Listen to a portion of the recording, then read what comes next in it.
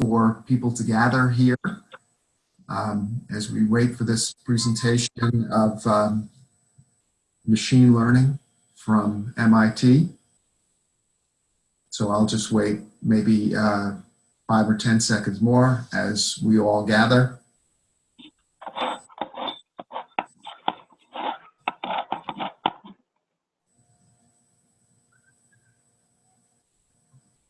All right. Well, let's get started then. Please welcome to this presentation of MIT Professional Education's Machine Learning from Data to Decisions. I'm Tom Doherty. I am the practice head for data science, machine learning, and artificial intelligence at the Emeritus Institute of Management. And we are the service provider for this course to MIT Professional Education. And I am very pleased to have with me Professor Devrat Shah. I'll introduce him in a second. So we'll go through a very, very brief introduction. I think that's pretty much it. And then I'll turn it over to Professor Shah to talk about the course. And then he'll turn it back over to me. We'll answer some questions. He'll turn it back to me. I'll go over an overview of the course, and maybe then if there are some lingering questions at the end, we'll end by finishing up those questions. If you do have questions, please place them. I hope everybody sees a Q&A box. Yes, so we have people still gathering. That's terrific. Actually, if you'd like to introduce yourself, the great thing about this course and MIT in particular is we do have quite a few international students. This part of the appeal here is to a global audience. So if people want to introduce themselves in the chat where they're from, that would be terrific. And post all of your questions in the Q&A. And hopefully we'll have time to get to all of those questions before we end the presentation today. So good morning, good afternoon, good evening, whatever it is, wherever you are. I'm very pleased to turn it over to Professor Devrat Shah, who is a professor of electrical engineering and computer science and the director of statistics and data science center at MIT. He is the professor for this course that you will come to know if you take this course, and I'm pleased to make his introduction this morning. Professor Shah. Okay, well, thank you, Tom, and good morning, good afternoon, good evening, and hopefully not yet night yet for you. From Cambridge, Massachusetts, where MIT is, and this is my office. I'm thrilled to be here and talking to you about this course that we have developed, which is on machine learning. So what my goal in this webinar is, as Tom mentioned, is briefly tell you about the course, spend a little bit of time talking about the decision-making aspect that we will do in this course, and I'll describe the framework of that. And at the end of the day, this machine learning, the interpretation of machine learning in this entire course is how do you go from data to decisions, okay? And decision-making is an important component of it. So goal is going from data to decisions. The first order of business, or rather the 0th order of business, is getting access to your data. So this course does not talk about how do you organize your data, how do you build data lakes, and so on and so forth. It believes and assumes that you have access to that, but that's extremely important component of it. So let's make sure that you understand that you have data, this is well organized, you can access it, you've got sensors, and so on and so forth. Now that you have access to this data, you can query it. What do you do? Well, the first thing you want to do is understand your data. You want to, let's say you are in retail and you get your data. You want to understand your customers. You want to understand what products sell and what products don't sell. You want to understand that what are the interesting geographic regions. What are the things that are people are liking and not liking? What are the things that are trending or not trending? At the highest level, understanding your data, making sense of your data is the first part of the course. One quick view of understanding data is what one calls business intelligence or visualization. But that's just one small part of the bigger topic. And understanding your data, what's also in machine learning called unsupervised learning that falls into the first part of the course. Once you understand your data, once you know what things are, what are things selling, what are the things trending, what are things not trending, next thing you want to do is that now that you understand what's happening, you want to understand what's going to happen in the future. What is happening unknowns? That's where we come to prediction. Prediction is about the basic philosophy of prediction in machine learning or in scientific discipline is, the way I like to think about it is that the best way you can make prediction is future of the past is future of future, or unknowns of the past are the unknowns of the future. Okay, and to formalize this, there are methods that we discussed in second module, which is on prediction, where we talk about regression, classification, and neural networks. So regression is a method where you're trying to predict continuous variables. Classification is where you're trying to predict labels, whether an image is a cats or dogs. Okay. Neural networks are a method that help you build solutions for these problems. And we spent a lot of time sort of discussing all of these aspects, whereas various nuances, various differences, and so on and so forth. When things work, when things don't work. So you understand your data. Now that you know what's going to happen, what in future, what are the unknowns, you have a good model of uncertainty. You want to utilize this model of uncertainty to make decisions. Now that you know that if you added 4 more trousers in your store, what's the likelihood of things getting bought, and maybe you sort of reduced 3 pairs of shoes in your shop, what's the likelihood of sort of its impact on your revenue? Now, given all of these options and the constraints that you have, you want to make optimal decisions. Optimal with respect to the objective that you care. Maybe you might care about increasing revenues, maybe you might care about reducing your profit or whatnot. Okay, so that's the part 3, which is making decisions under uncertainty. And here we spend time discussing foundations and applications. And this is where I'm going to spend some time today in the webinar to explain you how do you think about this broader topic of making decisions under uncertainty. And finally, the last and most important piece is causal inference. Well, let's say we have made certain decisions. Let's say we ran certain marketing campaign. Question is that what worked and what did not work? How do we attribute it? How do we use that information about attribution so that we can go back and start and sort of revise our decisions and prediction models and data? And this is, all of these things are intertwined, but causal inference is one of the key last component that helps us close the loop and continue. And the whole machine learning course is organized around these 4 pieces, and we spend time enough into each of these pieces, talk about the methods, the techniques, examples, and then stitch them together. And what I want to do in this webinar is give you a brief preview of what sorts of aspects we discuss in decision making. In particular, what I would like to do is I would like to spend time thinking about what sorts of methods we learn in the decision making that sort of we will utilize in different applications. So moving on, the goal of the rest of the webinar, at least as part of my monologue, is to tell you about how do we decide which technique is right for decision-making environment. Okay. So you have a specific decision-making question, you want to figure out which technique is right. So before I do that, first I'm going to tell you a little bit about the framework. In particular, how do we think about decision-making? So as we discussed, as part of our process, a 4-step process, the first step is understanding data.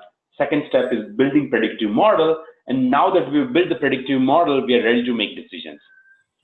The predictive model helps us capture the uncertainty that's out there. Now that we understand how to think about the uncertainty, that's what's going to happen if we make certain decisions, we want to use that information, use that knowledge, use those models to make optimal decisions. We want to optimize the choices. Now, of course, when we optimize these choices, they're not just about optimizing your objective, because at some level, it's about getting rewards, which is your optimizing your objective, but also somehow balancing the risk, because nothing is certain. So question is that how do you achieve that fine balance?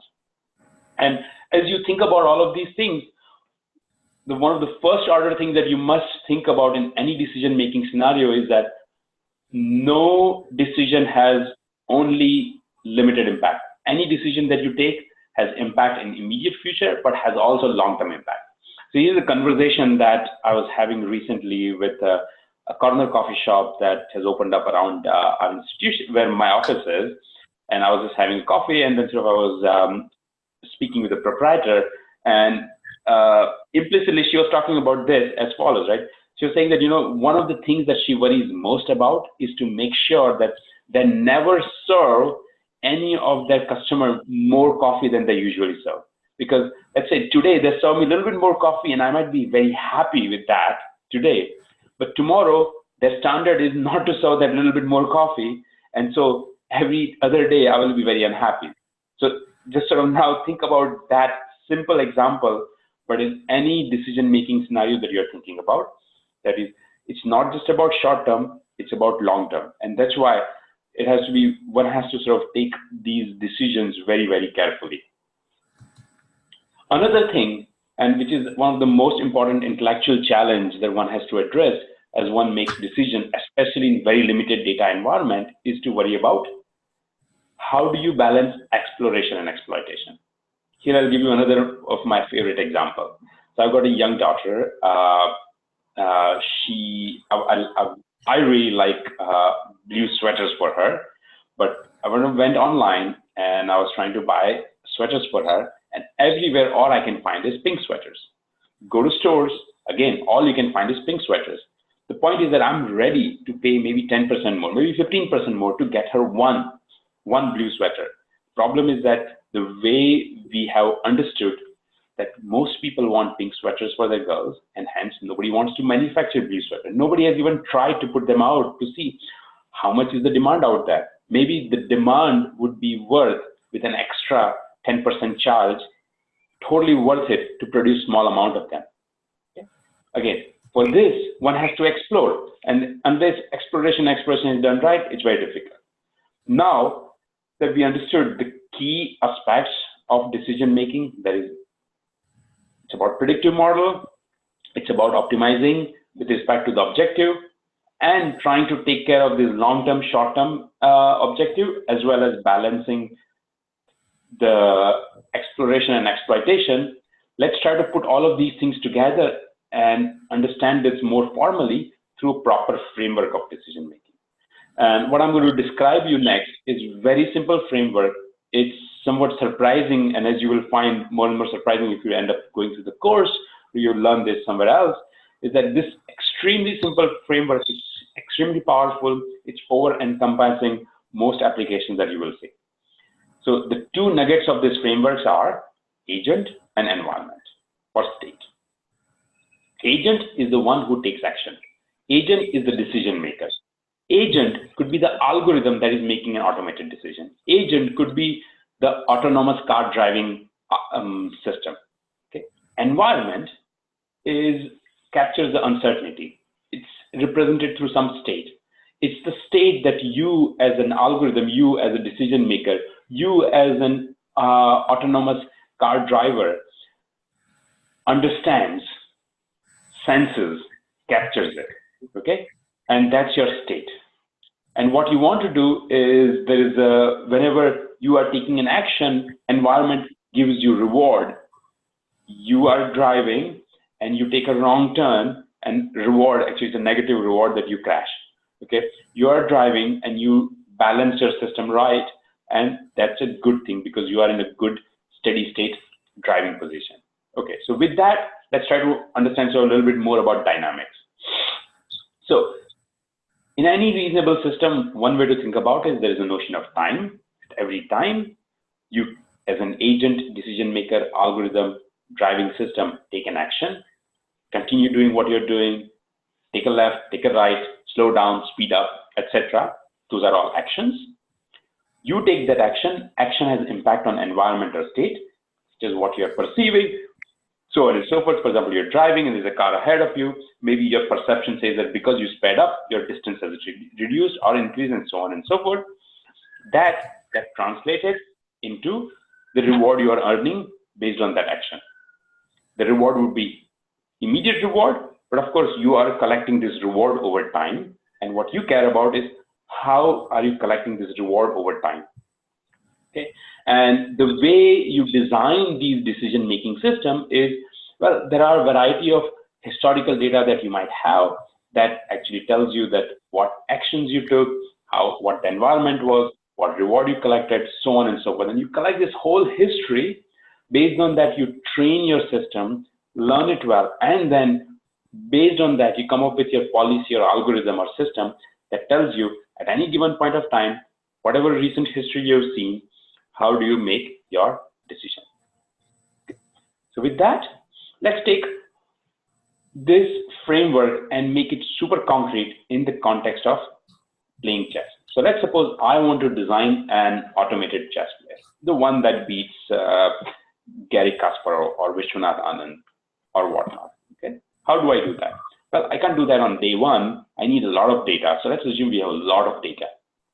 With this data, what we're going to do is as follows. First, let's suppose that we want to sort of defeat one particular player.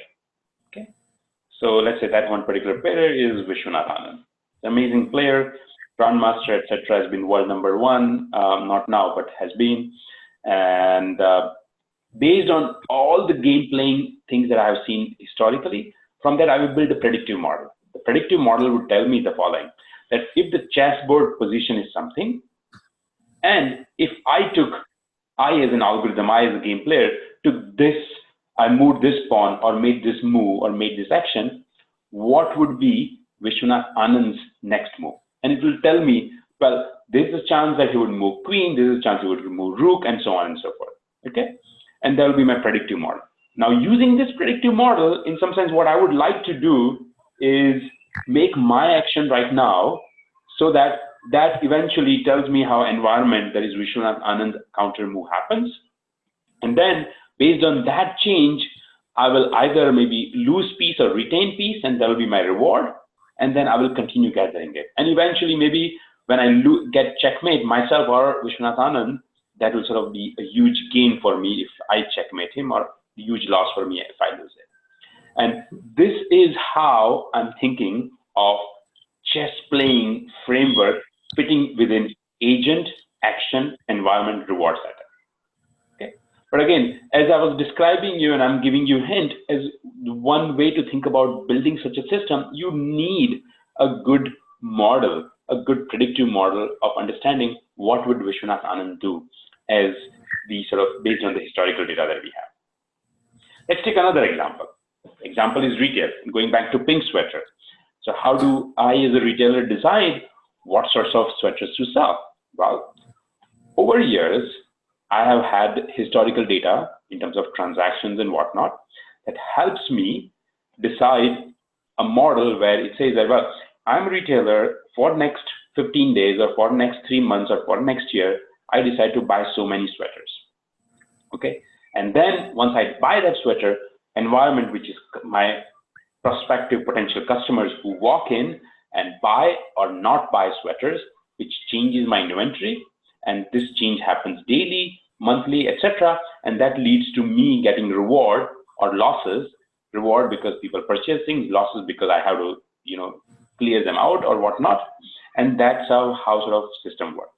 Okay. And again, the goal here is to utilize the historical data to predict what my customers would do and use that model to learn this best policy really well. Okay. Now, one thing that you might say is that, okay, if going back to the simple example I gave you, what if I don't have any data about blue sweater? Well, if I'm using just data about historical things and I don't have any data about blue sweater cells, my system will learn the policy saying that don't ever buy blue sweaters. But this is where exploration becomes an important part of it. And this is where exploration, in addition to historical data, is an important component of designing decision-making system. And that again fits into this framework nicely. All right.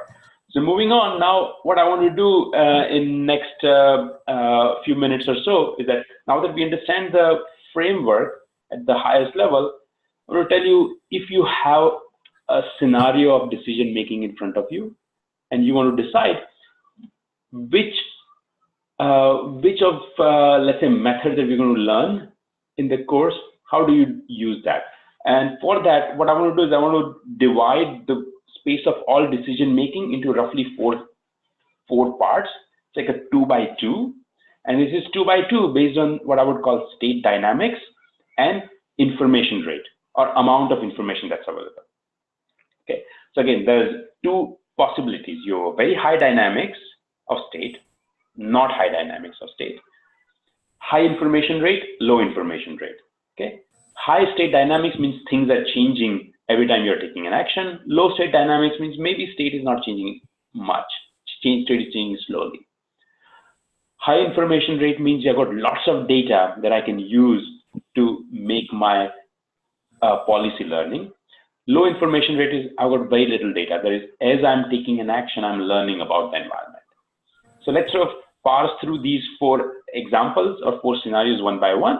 And the first and simplest is what I would call low state dynamics and high information. Any long-term planning without sort of thinking of changes in the world is, in my mind, falls into this setting. That is what you do. Think of example of retail, annual planning for retail. Let's say you are a retailer, a big retailer, and you are starting out how you're going to spend money for next year, how much money, etc., etc. Well, what you're going to do is you're going to look at all historical data, maybe the last few years of data, maybe last decade of data, use that to build some kind of a model that tells you, roughly speaking, what sorts of demand that you will see at different store, different channel, different product types, and so on and so forth, and use that model fixed once and for all for entire year to determine what sorts of inventories you're going to purchase, what sorts of buying decisions you're going to make, etc., etc. Okay? So again, this is assuming that world remains the same. Of course, as you think about next year, things will change, but you don't have an opportunity to go and change it because you've got fixed annual planning that you're done. And that's where you think of this as a low state dynamic with high information setting. Let's take the case 2. Again, let's keep the state dynamics same, but low information. What would be the example of this? Well, let's say that you are starting a new retail shop, your own small retail shop, virtual retail shop in something like Shopify or whatnot. Okay, and you are designing your website for that. And you're trying to design a website which is about sort of, you're trying to design, let's say, the landing page of the website. And let's say you and your partner have disagreements about, or different opinions more precisely. You think that sort of design type 1 will work well, your partner thinks design type 2 will work well. Now, how do you make a decision? Well, you've not seen your customers. Your customers or their prospective customers, they're not going to sort of change in a small amount of time. But the problem is you don't have enough data, so your information is very low. Of course, world is not changing in terms of your customers, but your sort of information is low. So what you will do in some sense is you're trying to sort of first, maybe as your first few customers come in, you show some of them design 1, some of them design 2, and based on the responses you see, you start adjusting that. Okay, and this is extremely challenging but extremely exciting setting where you try to sort of learn as you go. But again, with state not change.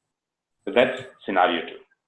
Let's take scenario 3, where state dynamics is high, but information rate is also high. So this, we'll go back to our example of chess.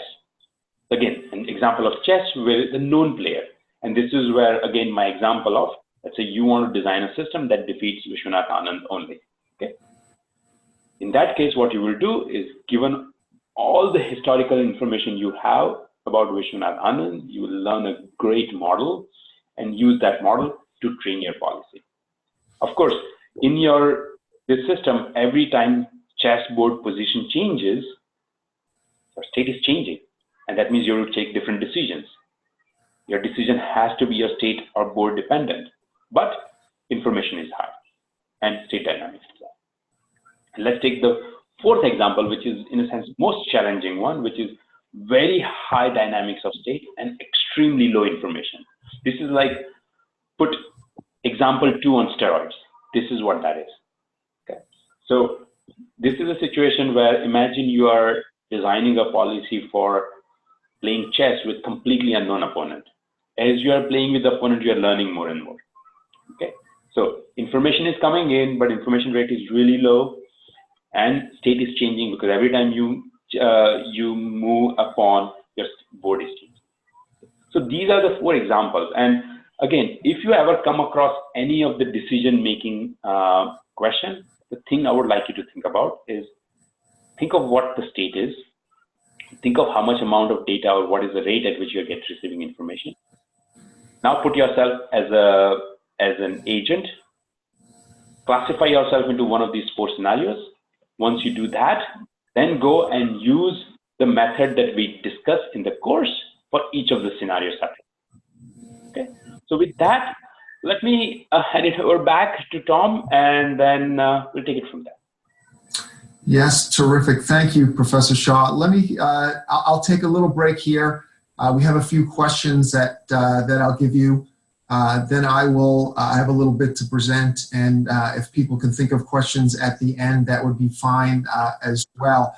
I will tell you our program support team is going to put in the chat a link for those that are interested in signing up for this course. So hopefully everybody can see that. And I'll go to the Q&A.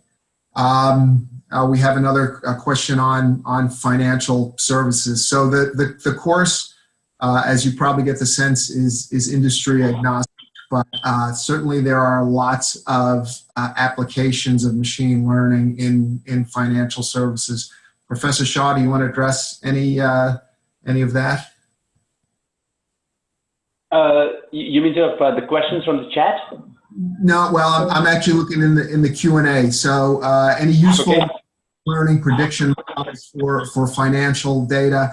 I mean, I will say that I had a long career. I was head of analytics at Fidelity Investments, and I will say there are a lot of learning applications in financial services. And I think Professor Shah in the course talks a little bit about credit score, and obviously sales and marketing and fraud detection and so forth. But so this would be a useful course for people who are interested in financial service, but it is not financial service focused. Yeah, exactly. And also I think I was just looking at one of the questions about use of, for example, ML, time series, financial setting. Of course, time series is an extremely important component of a generic machine learning decision-making environment. For example, decision-making itself is a sequential setting, which can be thought of as a time series, but with decision-making. Classical time series is you think of you're not taking decisions, but you're observing the sequential or time series data, and based on that, you're trying to make sense. Its core time is a core part of causality on causal inference. So as a part of the causal inference module, we spend time thinking about and discussing time series data. And one of my favorite application, I'm a cricket fan, and so we discuss how, for example, time series predictions for predicting scores of cricket for an ongoing game. And many of those methods, of course, naturally go to other time series data, such as ones in financial setting. And I think we discussed one of the examples related to predicting prices of Bitcoin. And just there are a couple questions here, just to clarify. So this is a non-coding course, although we have some nice videos which show applications. This is a course for decision makers, managers, people who want to understand the application of data science. So it's something where you would set up a coding environment to actually do machine learning, although there's a nice optional demonstration of that. But if you want to take a Python course or something like that, then MIT would have that available. But this is primarily for leaders and decision makers, learning how to make decisions using data. Let's see. So yeah, no coding is required for this course as well.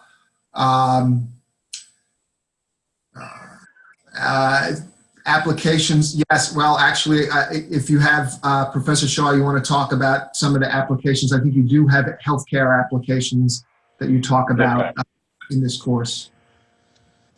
Exactly. So we do talk about sort of healthcare applications, both in terms of predictive model as well as especially causal inference. And again, the healthcare has a variety of aspects. For example, we talk about thinking about in the application of just understanding data when data is extremely high dimensional in, say, bioinformatics setting. When you're thinking of data like gene data, how do you think about, how do you make sense and wrap your head around sort of such a high dimensional data as well?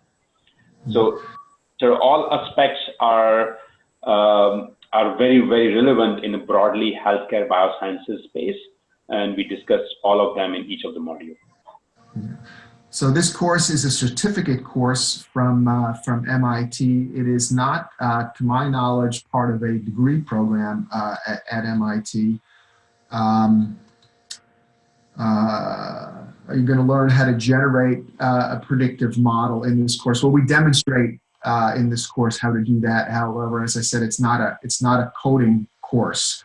It is primarily decision making for leaders.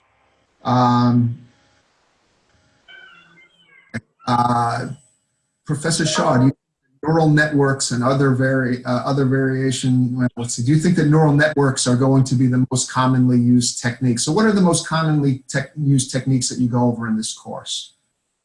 Okay, so actually, sort of maybe I would sort of start by sort of giving a brief remark on that. So neural networks, of course, they're very popular and they're very powerful methods. They're especially, in my mind, extremely powerful when it comes to understanding unstructured data such as text and images. There are so many applications in real life which don't have unstructured data or mildly unstructured data, so to speak, in which case the traditional methods or models do work very well. For example, there was an interesting survey that was taken where people ask questions. So, what are the classification methods that are used most popular? And it seems that by 87% or so, classification applications utilize some variation of logistic regression or simple method like that, which is not neural network. So the point is that yes, neural network is one of those nice new shiny tool, and of course it's been around for a while, but it had its rebirth recently, and it is very powerful in its ability to deal with unstructured data. But that's not the only tool out there, and we will continue seeing a variety of different types of tools depending on the application of interest. For example, neural network, both training and running, can actually be very power hungry and power consuming thing. It can require a massive amount of data, and that may not be available. And those are the cases where you might want to use simpler model rather than a more complicated model like neural. Okay, so the question about Professor Shaw's availability during the course, which I think is a good lead-in. Let me just say that Professor Shaw will be available for, I believe, 2 webinars, right, Professor Shaw? So for an hour time, where he will answer your questions as well as maybe discuss a topic of interest. However, everybody will be assigned a learning facilitator who is a very accomplished data scientist in their own right for this course, and that person will give office hours every week. So we'll have actually multiple office hours a week that you can reach out to experts in data science who will guide you through the assignments here and answer any of your questions. In fact, you can contact them through the platform Canvas, and we'll guarantee to answer your question within 24 hours, or you can attend any one of the office hours, and there'll be a number of office hours per week. So there's plenty of support on a daily basis, as well as a couple of times where you will have access to Professor Shaw. This will be recorded.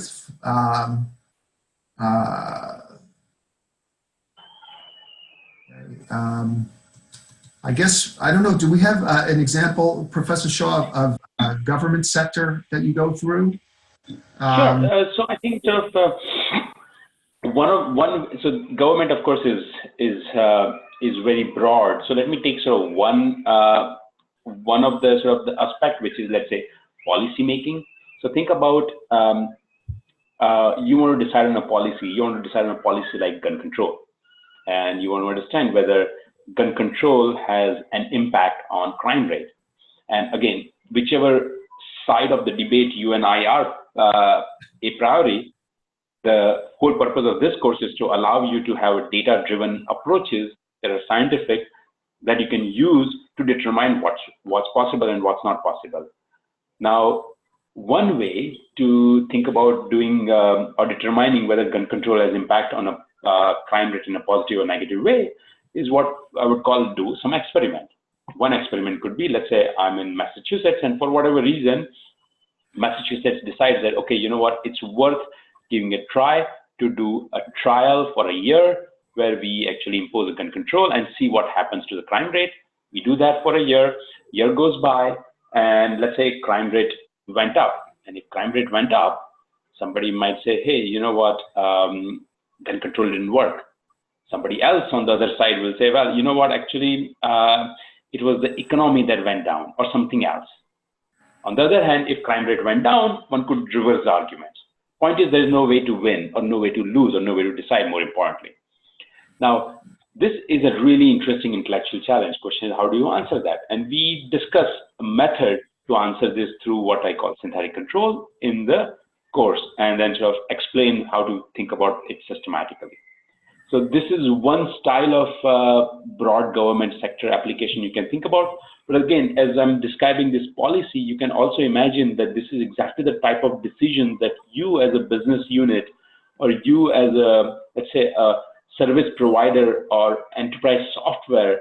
For example, if you're building a software for retail and you're trying to argue to the retailer that why your software, by using your software, retailers' revenue became better or worse.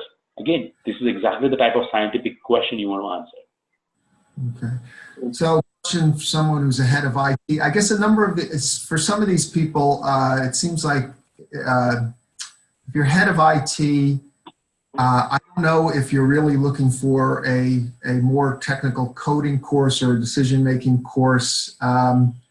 MIT certainly offers both. I would encourage you to look and see whether or not you want to take a more technical course or a course more for decision-making and leading. And as far as anybody, I see people looking, you know, they have specific questions. They want to talk to someone about whether this course is for them. Please feel free to reach out to me. I would be happy to talk to you. You don't need tools for this course. That's correct. We don't need tools for these courses, but we will tell you what sorts of tools you would need, not a brand or not a specific company, but what sorts of tools you would need to answer some of the questions that we will discuss. For many of these things, there are natural open sources available, and for many of these things, you might want to sort of get some of the enterprise tools available out there or the software tools available out there. Yeah, that's a great answer. There is a discussion of tools, and certainly Professor Shaw addresses them and is knowledgeable about them, but it is not a technical course of this. And as I said, there are some demos as one optional one of that's fairly technical if you're interested. Professor Shaw actually gave an optional one on principal component analysis, which is optional because it's a little bit mathematical, but it's excellent, and I would encourage anyone to do the optional things as well. There are assignments each week. I'll talk about that. Your completion, everybody should want a certificate from MIT, which is very prestigious. You're getting that certificate is dependent upon you doing these homework assignments, answering these questions. Again, people who are looking to actually, code machine learning, please look at MIT for other courses that would be of interest to you to do that. You want to talk, Professor, about unstructured versus structured data, because you do address that very well in this course. Yes, yes. So I think sort of we discuss the understanding the structure within unstructured data as a part of understanding your data, and that's part of the first module.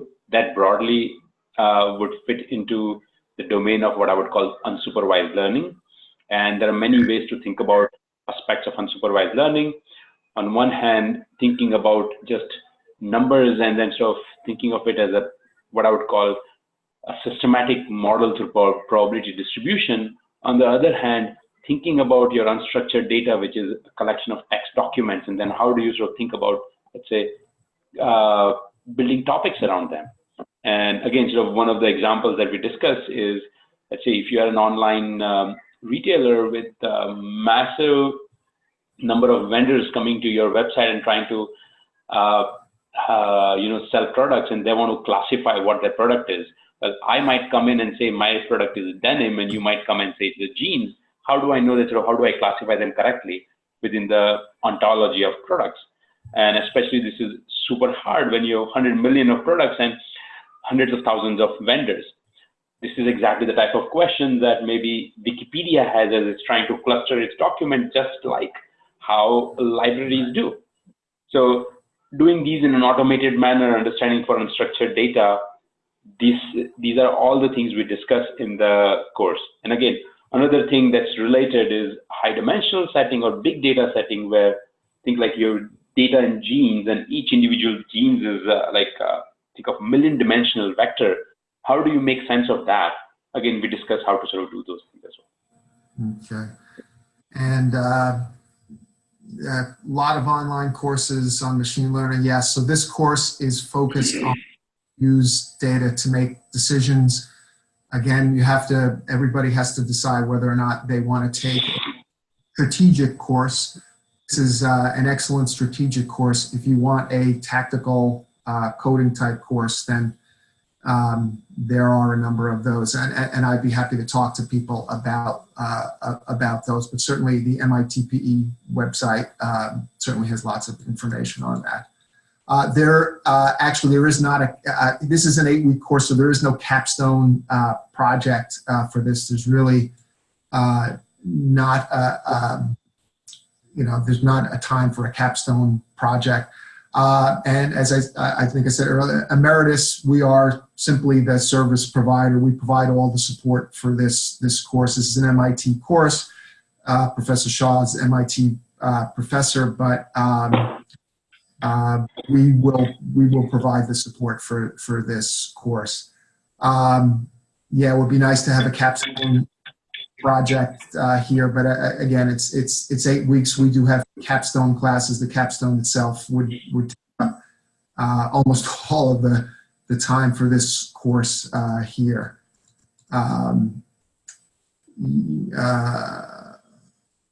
Somebody has asked a question between AI and machine learning. So I think this is one of the great questions. Yeah, so I think there are two ways to think about it. One is, in my mind, the stated goal of machine learning and stated goal of AI, at least the way historically they were, the way they are now.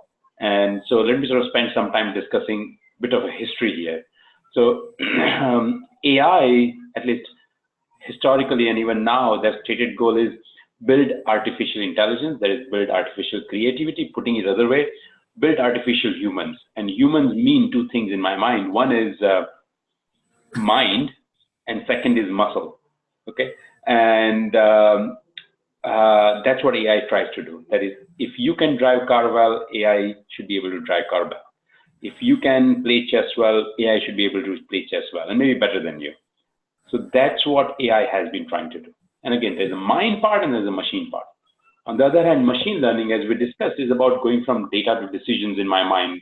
Of course, historically, it started as simple pattern recognition, putting it one way, there is learning patterns from the data, but really it is matured and evolved into going from data to decisions. And in the AI, if you remember mind and muscle, it's the mind is exactly what machine learning provides. So in a sense, then from that perspective, machine learning is part of AI. There's a huge intersection. On the other hand, AI, machine learning about going from data to decisions is about helps you run organizations efficiently. AI is not trying to really do that. Now, of course, in modern world, everybody talks about everything is AI and everything is machine learning, but that's that's a separate story altogether. But that's how I would think about, in a nutshell, the similarities and differences between AI. That is, they are close enough, but they have their own different personalities. Yes. So let me wrap up here, and if there are a couple more questions at the end, maybe we'll have time to get them. But clearly, machine learning, more and more industries, as I said, this is industry agnostic, but a lot of industries are reaping the benefits of machine learning. In fact, it's becoming a cost of doing business in a lot of industries. And I'm here in the Cambridge, Boston area with Professor Shah. My background, as I said, is in financial services, but I see more and more jobs in the healthcare area in this geography that are applying machine learning and looking for data scientists. So I think it really runs the gamut of any industry. We get lots of people from lots of industries that take this course. And your industry, you will enjoy this course, I think, regardless of what industry you're in. Certainly, Professor Shah will go over a number of questions about what machine learning can do and questions that it can answer and how it can answer them. Classification and regression.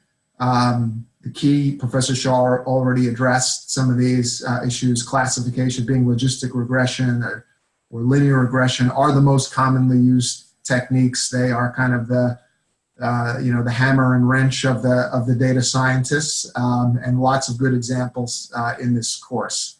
And then, of course, neural networks, and Professor Shah already addressed those. And neural networks becoming more popular, in particular because of the proliferation of unstructured data. And it's interesting, neural networks they're not necessarily a new technique, but they are. I think Professor Shah called them the shiny new tool because even though some of the algorithms are quite old, they could only be given the computing power that we have available now. So the course itself, the course is the week 0, which is the orientation week, begins May 30th. It's followed by 8 weekly modules. All right, so introduction, understanding your data, get into regression, classification, neural networks, extremely important, decision-making, foundations and applications, and then, as Professor Shah talked about, causal inference, understanding the connection between what you do and what the outcome is. So there's also, as I said, some optional material, which gets into a little more technical issue of showing you actually developing a regression analysis, illustrating what a data scientist would do. But this is really about understanding your data and from, as Professor Shah said, from data to decisions. How do you go from having data to making the best decision? The assignments here are each week, so you have an assignment due each week. Most of them are question and answer assignments. I think pretty straightforward, that are auto-graded. So we have, as I said, so video lectures. Professor Shah is actually the star of the video lectures that you have each week. I think it's between 1 and 2 hours of video each week of Professor Shah. You can watch at your leisure. These do have to be streamed. They cannot be downloaded. But I think you'll find them very entertaining, very, very well done. The weekly quizzes, some scenarios and discussion boards, so an opportunity to interact with each other and to post questions. As I said, we'll have a glossary of terms. There are additional readings, which are optional, but I think people find them valuable. Some optional videos, one by Professor Shah, another by a course leader who actually happens to be a professor as well. And then some optional assignments if you want to do them. So people, you can get a little bit more technical if you want, or you can stay at the strategic level and build this course. Completion of this course will get you a certificate from MIT. You have to do 80% of all required activities. You do get CE credit, 6.4 continuing education units credit for completing this course. And then there is something which MIT calls the Fire Hydrant Award, the MIT PE Fire Hydrant Award. I'm not sure who came up with that name. It's an interesting name, but I think it goes back to the MIT phrase that they use about drinking from a fire hose, right? I mean, there's a lot of information. If you go and you take MIT courses, there's just so much information and so many brilliant people.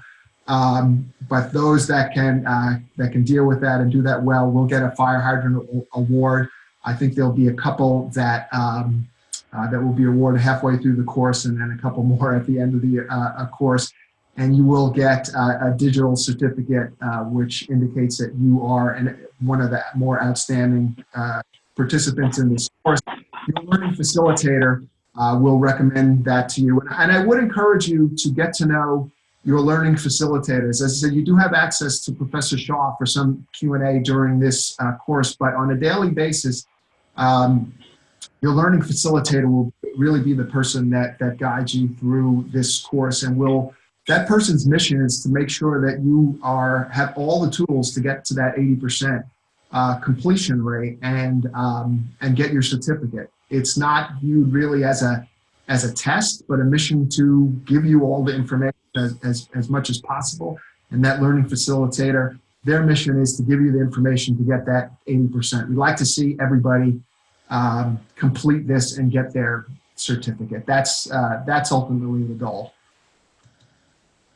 Okay, MIT Professional Education, just a couple of pages. I'll go quickly about MIT Professional Education, but it gives you the gateway to MIT globally, right? So I know we do have some people that are local that will take this course. However, this really is truly an international audience, and the goal here is to provide access to lectures from people like Professor Shaw globally. That you don't have to be in Cambridge to get access to some of the best minds in the world, literally in the world.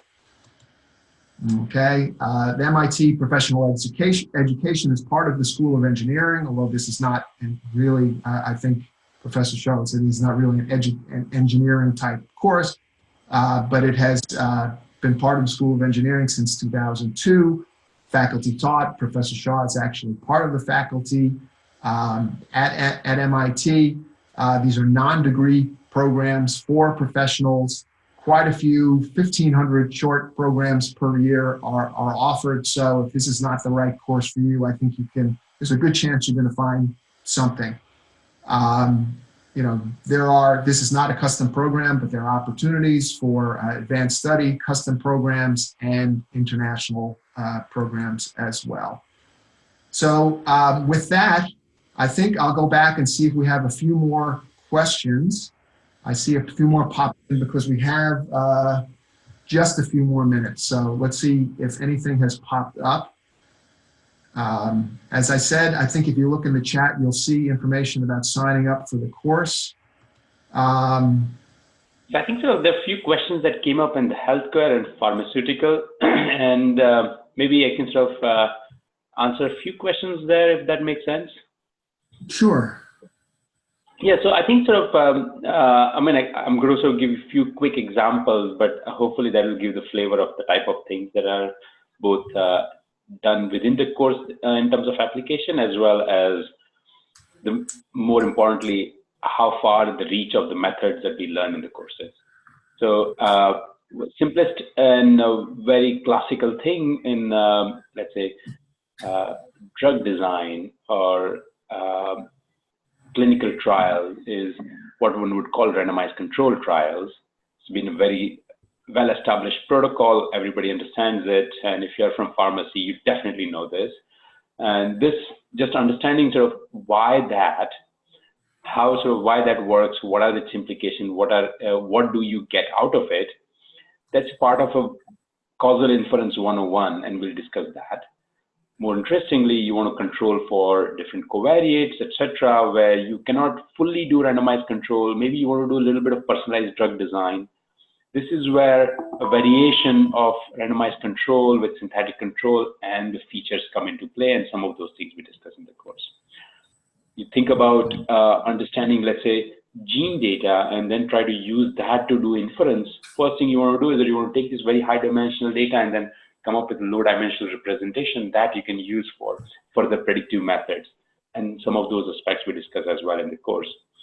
And so as you can see, all of these things very nicely fit into this. And again, sort of, I'm not an expert in healthcare, or more importantly, I'm not a clinical, let's say, doctor, but definitely there are tools and methods that one can view here which can help you think about concretely doing more personalized medicine, so to speak. Okay. So process automation, things like Blue Prism are not really covered in this course. I don't think they're really part of machine learning, although they can be tangentially related to machine learning. Their application is much broader.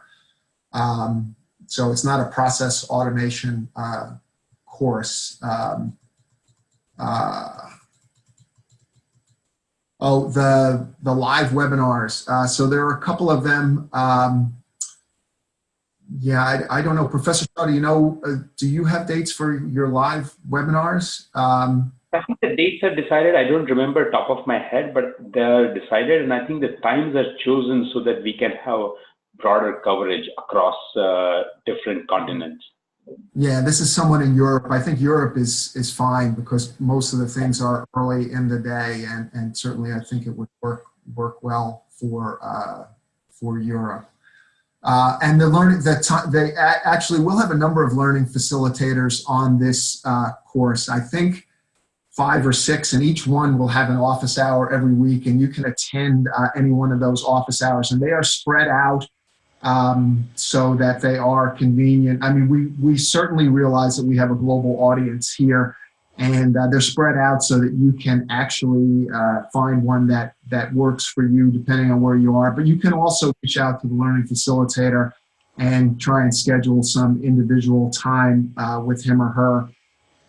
They will not let the time zone get in the way of you taking this course and getting the support that you need. You will absolutely get your questions answered in the time of the learning facilitator.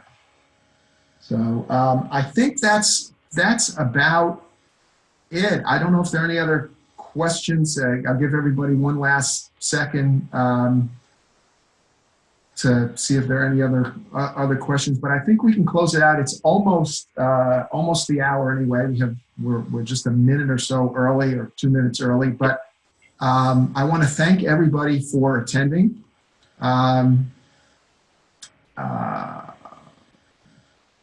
Let's see. All right, so I'll end it here. But thank you, Professor Shaw, for your time. I hope that people got the information that they needed to determine whether or not this was the right course for them. If it is the right course for you, I believe firmly that you will find this educational and I think entertaining as well. So we hope to see that. Hope to see you here at the end of May. I think, as we said, the orientation starts May 30th. Information on how to sign up for this course is in the chat box. Thank you, everybody, for your time. I wish everybody a good day. Thank you very much, Professor Shaw. Thank you. Have a wonderful day or night, wherever you are. All right. Bye, everyone.